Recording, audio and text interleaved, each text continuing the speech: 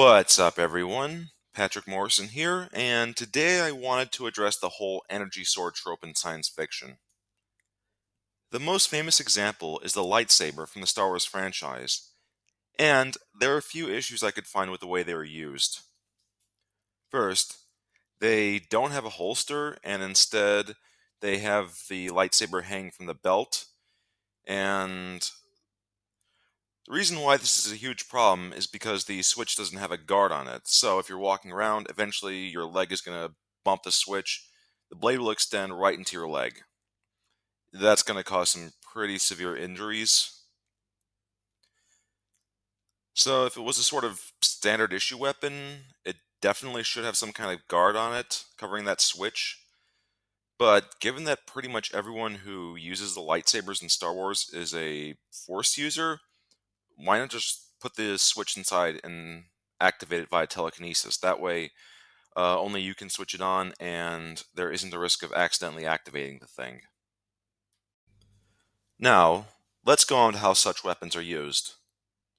The most common explanation for how they work is that it's a shroud of superheated plasma contained within a magnetic field.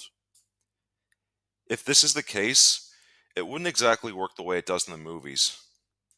For one, when you cut, or more accurately, burn into a solid surface, it wouldn't feel like touching it with a solid blade. Instead, as you start to push the plasma shroud against the solid object, you'll start to feel some resistance, and this resistance will get stronger as you push the hilt closer to the object that you're burning into. Meanwhile, the shroud itself won't be acting like a solid blade, and instead seem more like a plasma torch, as a flat stream of plasma, along with bits of molten material, fly away from the point of contact. Now, when you engage in duels with someone else wielding an energy sword, it would feel more like two solid swords striking each other because of the repulsive forces of the containment magnetic fields. But cutting/burning into an opponent once you strike a blow would be very different to what's been depicted on screen. Instead of a cauterizing slice, the plasma would flash boil your opponent's bodily fluids, causing them to explode in a steaming hot cloud of pink mist right in your face, severely injuring you in the process. I mean, you could protect yourself from being scalded by wearing armor, but the explosion would still knock you off your feet. Not exactly ideal in a combat situation. So, instead of inflicting deep penetrating wounds, your aim in a lightsaber duel would be to simply tap your opponent with the energy sword. This would flash boil enough fluids to fatally wound your opponent without making them explode right in front of you. This means that when dueling with lightsabers, there wouldn't be a point in throwing your weight into a strike, since this would just slow down your movements. Because glancing blows would be fatal, you'd instead use short, swift movements of your arms and wrists. If an energy sword had a wind-up time to activate the superheated plasma, normal fencing techniques would apply. However, if it can be instantly turned off and on, there wouldn't be much point in conventional swordsmanship, i.e., where you block attacks with your sword, since you could just turn your lightsaber off and on again as you land a blow. But what kind of weapon would be used like energy swords in science fiction?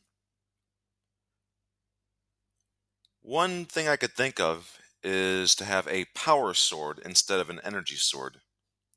This would be an actual sword with a blade made of some kind of tungsten-based alloy that has the mechanical properties of steel at temperatures where it glows white hot. This sword would have a power source in the hilt and a wire made of an electrically resistant material flowing inside the blade. Once the power source is activated, the blade would be heated until it glows white hot.